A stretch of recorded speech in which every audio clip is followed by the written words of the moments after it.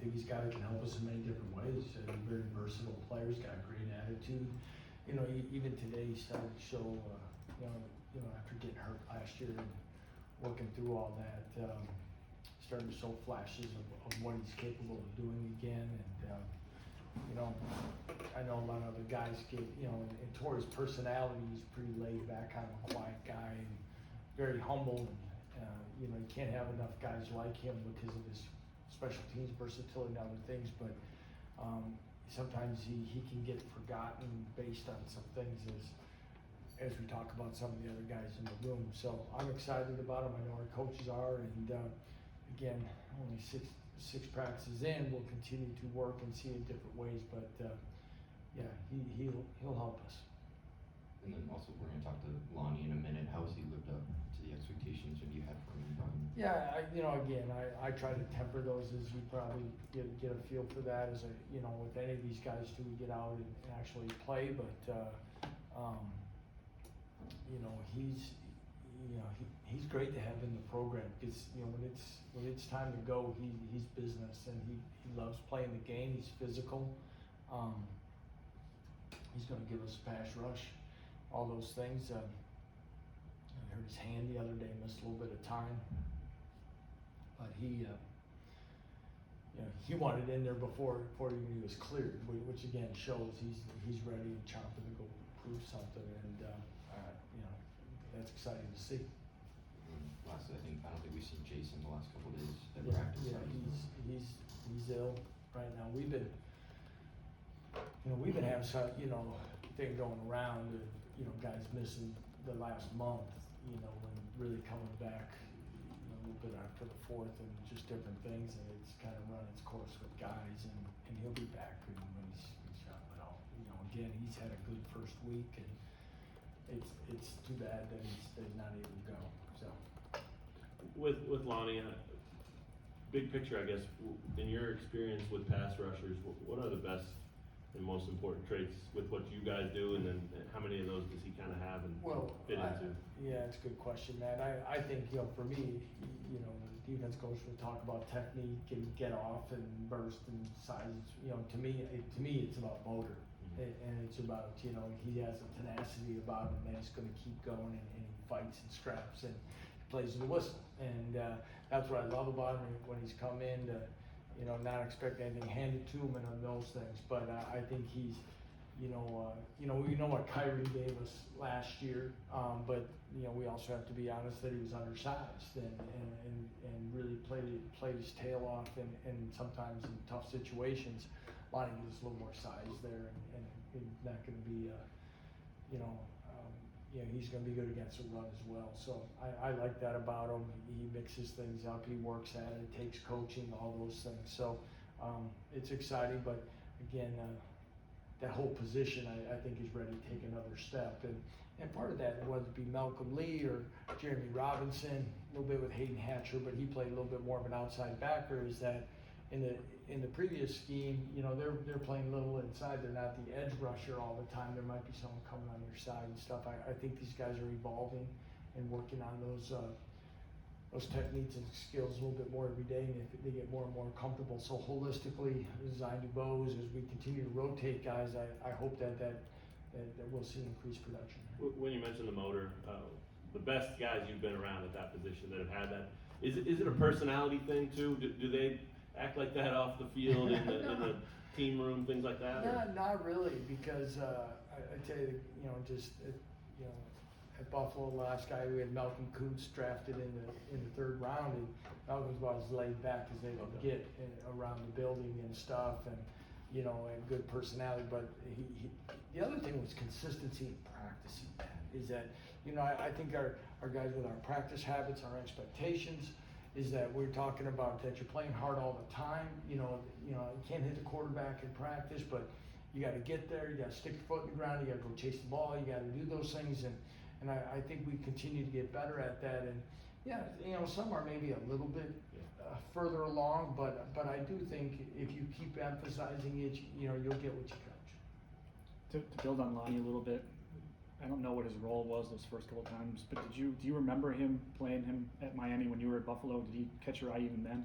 Yeah, you know, he's a good player. You know, talking about Chuck Martin even, you know, he's a really good special teams player too. Kickoff cover guy for a guy that size and stuff. He told me, he goes, you know, he didn't want to lose him, but he goes, hey, he goes, you better make sure you keep him on your kickoff team because he's about the best I've had. And but those things that they, you know, yes, he caught our eye.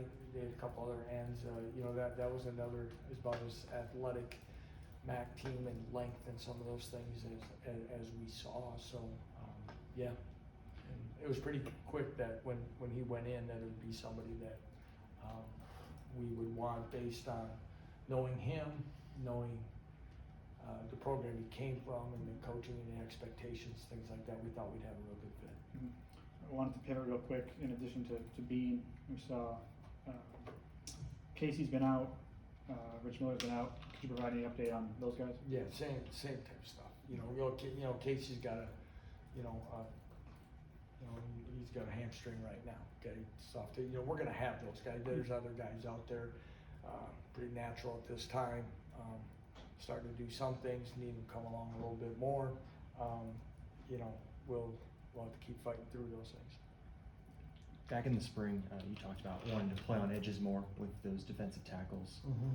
What does that look like, and how does that, you feel, will impact and make that group better?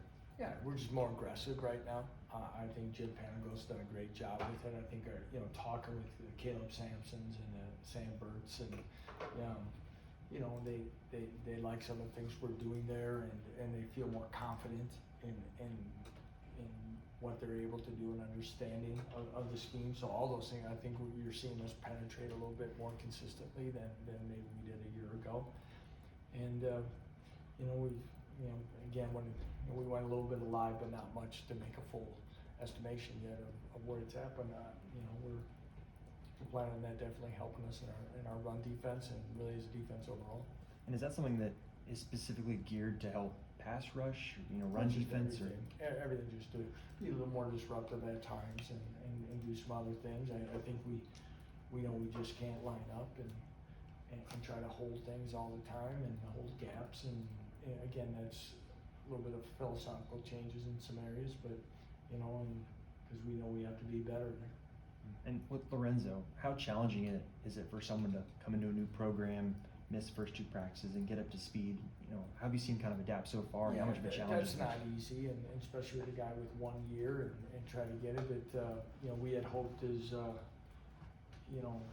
would have been a little sooner, but there's things he had to work through for clearance and that. So yeah, it's not easy, but yeah, fall camp, you have ways to, you're not under the hours of time you can meet with someone. But it's not just the scheme and techniques that you have to get them caught up on. It's really culture and how we go about doing things, and it might be different, and what we expect, how we do it from the minute you walk in the building to the time you leave, and I think that's kind of been talked about, and something that we feel is very crucial to our development as a program. And so all those things, it's not easy. Anytime you show up midstream, you can look into any of your job. Everybody else has been there a while, and you're trying to fit in, but yet make impact, and that's it's challenging, and yet he's not the only one. We're trying to get all those guys kind of totally caught up, but he'll get there. He'll get there, and he's learned well, and starting to see more and more of them. And a guy like, with a couple of those linebackers out, those opportunities will come. Lance, with Jason out, how do you do the snaps behind Jalen? Yeah, Ben Easters and Ethan Vasco are picking all those up, and for us, young quarterback now Ethan quickly gets thrown into the mix a little bit more, and kind of thrown in the fire, and it's good to see. So he'll get a great chance to kind of develop as he and Ben will battle for that 3rd spot. And you said with Casey out at tight end, I know there's several guys fighting. That's a pretty competitive group right now. How do you see the tight ends right now? John, I think the tight ends are a great example where I think our whole program is. They're a lot more comfortable in understanding. We're moving them around a lot, doing different things. use them in different ways, and they're a lot more comfortable. You know, Trevor Cardell is, to me, has made great strides in improvement, size, strength, confidence. You know, he has ability to have a, you know, complete package. To be the know as a guy that continues to learn, he's only been here a semester. You know, he's doing, you know, there's still part of his game that's still under development of the movements and things, but there's certain things with his size that we feel very confident about him blocking in certain areas. Will Huggins is a guy that really keeps battling through. He's injured most of last year, then had surgery late in the year, then kind of waiting to get him on track, and he's shown some flashes. He's shown flashes of, you know, blocking. He's a big body, tallest guy in the room, and at the same time, he's made a few catches the other day and some short yardage stuff. So I'm excited. You know, I'm not going to go through every guy, but I still think that the pieces are there. And then you go, you know, if we go out to the receiver spot, we can talk about those. But then we talked about Torrey Lachlan and other people. The mixing and matching of personnel groups are going to be kind of a fun, probably interesting time for Andy to sit in the lab and kind of, you know, throw it all together. What are some of the things that you've noticed the biggest difference with Jalen from where he was last year at this time to where he is now after kind of taking the success from last year? And what are some of the things that you're still trying to kind of fine tune there? You know, his understanding. I think of what we're doing, first and foremost, you understand, you know, just verbiage and confidence and where that's at as far as knowing that he can do it and lead it and articulate it and all those things that you want, you need out of your quarterback. Right now, I still think there's some throws and accuracy and some of those quick decisions he's got to continue to improve on. And we keep challenging him here in camp, and you know it's this time around we're throwing a lot more at guys. I think you know what they're seeing, blitzes and other stuff. So you know it's not always going to be as clean sometimes as we want, but I also know that it hopefully will prepare him where he's not going to be it's not going to be surprising on game day either. But I'm very pleased with him and where he's at. Like I was saying earlier, I'd probably say Jason's played as good as he has when he, you know, up until, you know, missing now, but I think he's been, you know, he put some of the best days together that he's had for us, so I'm very confident in those two guys. What were the conversations like in the spring with Lawrence Arnold about trying to convince him that this was the right place for him in his future? So it's like 6 practices in, and you guys have worked that one. With Lawrence, when young men do things, you know, there's, just like any of us, we need to have communication, okay? Communication's important, and, you know, ideas, frustrations of understanding where things are what's happening around, and then having dialogue, and you know, whether it be with him or his mother, and she's very confident of what was happening here, the direction, not just on the field, but what's helping her son grow, and same thing with him. And sometimes, as we know, you know, because make sure is like whether there's something on social media or whether it was ever officially in the portal are two different things. Mm-hmm. Okay, and sometimes as we try to do it, it doesn't always work.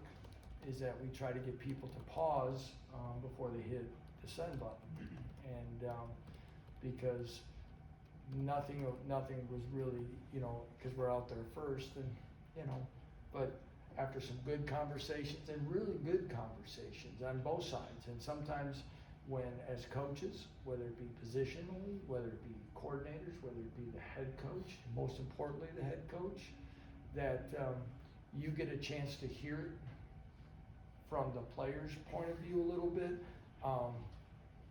Is perception reality or not, but how do you find the middle? And I think from that point on, you know, and you know, we've been able to move positively in a very really a progressive way. You know, and sometimes, you know, there's, in today's world of portal and things, you're looking at friends lead, you're looking at friends and teammates, and you know, sometimes that's part of the emotions, and you know, we try to work through it as best we can. I'll I'll ask you this now and probably again in 3 weeks. I know you like when we do that, so, but. Tested my memory or what? Yeah, there you go. You had some, obviously momentum toward the end of the season and then clear ideas to carry that over, right? I'm sure you guys want that, your players want that. A big part of that is the fans, right? The support, attendance, things like that.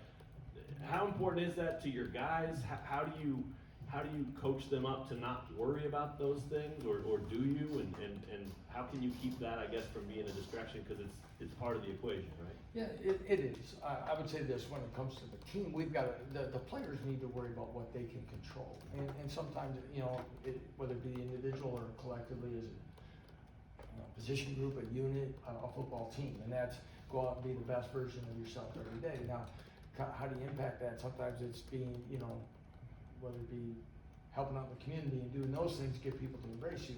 But we got to be able to control what we do and how we go about it. And I think of people like you mentioned down the stretch, you know, we play well and we play hard, and you know, it's probably been, I'd say, my conversations with fans and things about, you know, what they appreciated about our football team from game one, you know, how they went about it, how, you know, they're, you know, whether it be sideline discipline to organization to how we carry through, and then we got to work to play better. And then they said from game 1 to game 12, that we made improvements. Okay, so if somebody's watching the game that way, they can see progress. Okay, and our players have to continue to make progress. So that part's appreciated.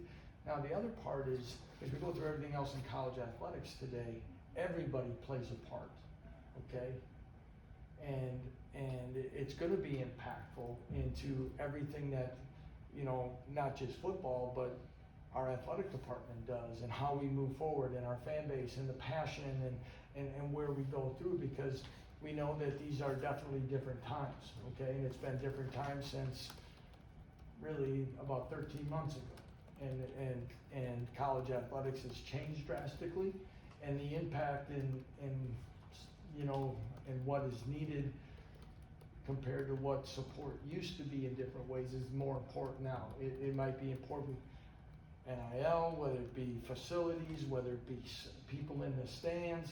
There's so many different ways that it is, but the great thing is, I think if people are excited about whether it be this university, about our athletic department, or about football, they all are going to be important for the future of the University of Kansas. And if you're one of those or all three of those, hopefully people are going to come out and show that and support our team. Do you get a sense that your guys carry that? I mean, is that part of I their? don't think so. Okay. Not too much yet. I you know, that's for me to worry about. Sure. I don't really think it needs to go much past me. Yeah. I don't even think it should go to our coaches. That's I've been hired to do a job and help direct something that now do I understand that? Do I understand its importance? And it goes, like I said before, I understand that it goes beyond the importance of just our football program and our athletic department. I don't know if everyone fully understands that yet, but it does. Right. And that's what can make it really exciting and special. And does it keep me up at night? Sure. All right, thanks, Coach. All right, thank you. Thanks, Lance. Coach.